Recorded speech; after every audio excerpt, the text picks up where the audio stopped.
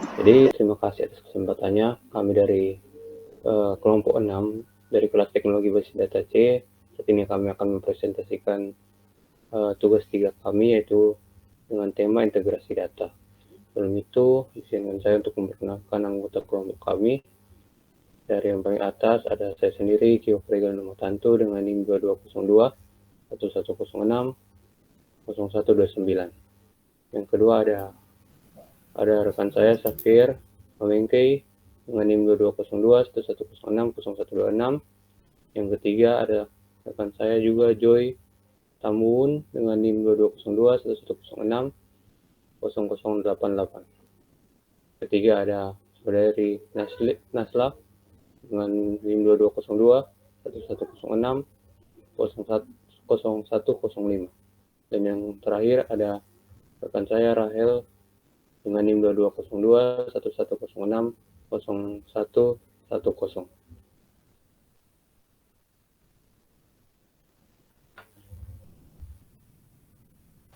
Baik, perkenalkan nama saya Nazla Nasya Putri Yaakob dengan NIM 220211660105.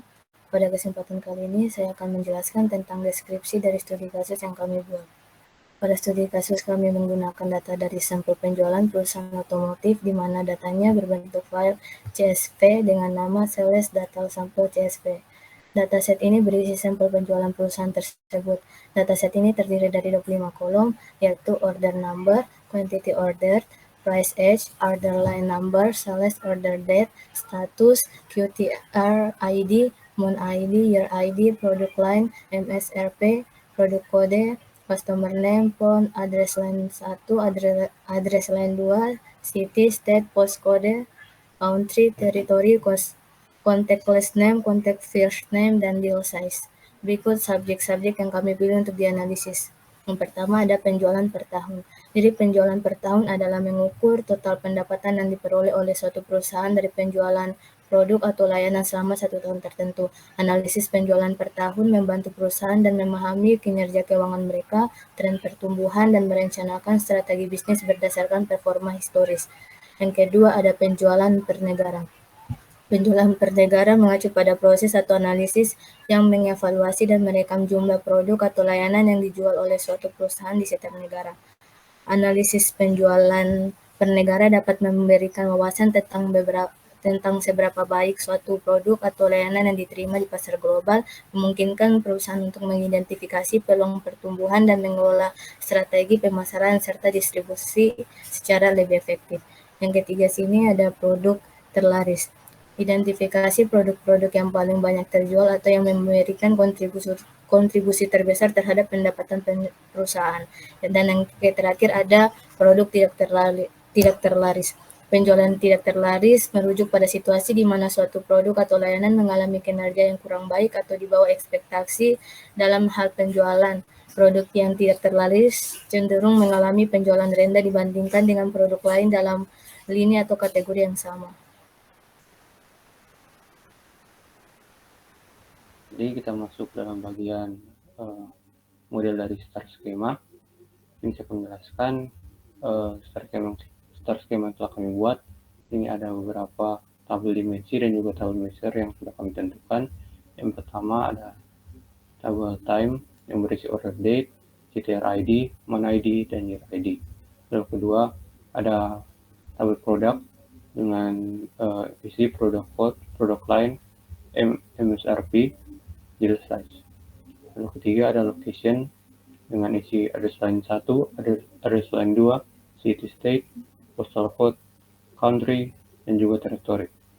Yang keempat ada tabel customer yang berisi customer ID, customer name, phone, contact, first name, contact, last name. Dan yang terakhir adalah tabel price dengan isi sales, price each, dan juga quantity order. Berikut adalah tampilan dari tabel yang sudah kami buat. Untuk materi selanjutnya saya serahkan kepada rekan saya. Berikutnya kita masuk pada implementasi desain DBMS MariaDB. Yang pertama kita akan membuat database baru bernama TBD Sales Data. Kemudian yang kedua kita membuat tabel dimensi pelanggan dengan kolom customer ID, tipe data integer not null dengan primary key, customer name dengan tipe data varchar batas karakter 50, kemudian font dengan varchar 21, kontak last name dengan varchar batas karakter 50, kontak first name varchar 50, kemudian karakter set. Pembuatan tabel ini menggunakan engine InnoDB. Yang ketiga, kita membuat tabel dimensi produk. Membuat tabel dimensi produk dengan kolom sebagai berikut. Yang pertama ada produk ID dengan tipe data integer not null sebagai primary key, kemudian product code dengan varchar batas karakter 20, product line dengan varchar 50, dan MSRP dengan tipe data big integer, kemudian deal size dengan varchar 50. Pembuatan tabel ini menggunakan engine InnoDB. Kemudian pembuatan tabel dimensi lokasi dengan kolom location ID integer not null sebagai primary key, address line 1 dengan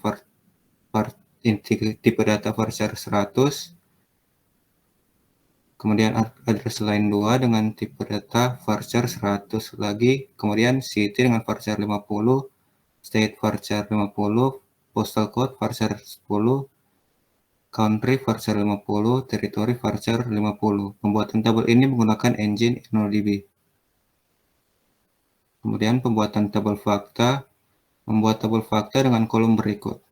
Order number dengan tipe data big integer, quantity order dengan tipe data big integer, price double, sales double, order date varchar batas karakter 50, ETR ID big integer, month ID big integer, year ID big integer, customer ID integer, product ID integer, location ID integer, dengan kemudian kita membuat foreign key customer dengan referensi tabel dim customer dari tabel customer ID dengan aksi on update cascade, on delete cascade.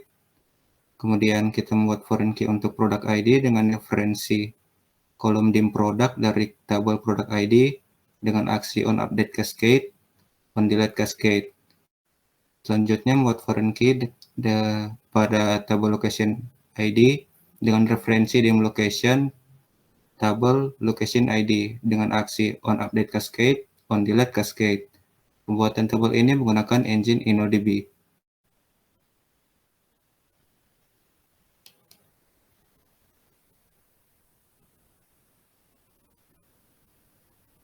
Integrasi data dari dataset ke basis data yang ada di DBMS. Berikut kita akan melakukan koneksi ke database yang pertama. Lalu kita memasukkan file input yaitu CSV dataset sales. 1. Location transformation.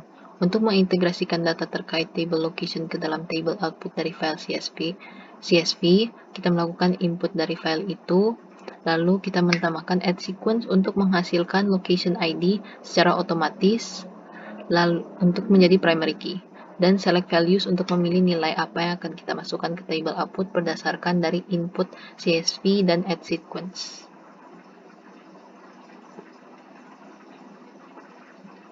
Product transformation. Mengintegrasikan data relevan dari file CSV ke table product lewat step-step berikut. Yang pertama, kita masukkan file CSV, add sequence untuk primary key otomatis product ID, select values untuk memilih nilai, lalu table output.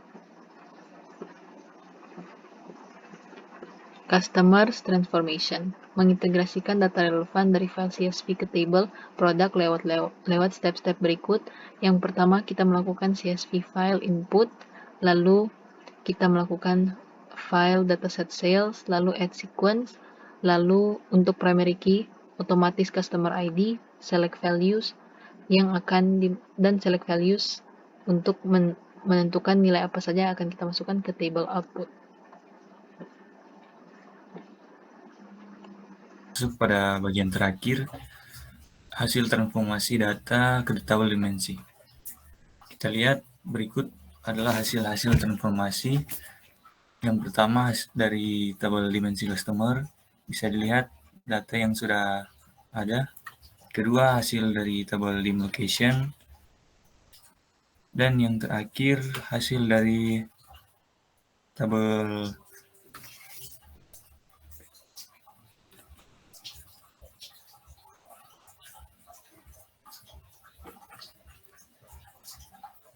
yang terakhir, berikut hasil dari tabel dim produk.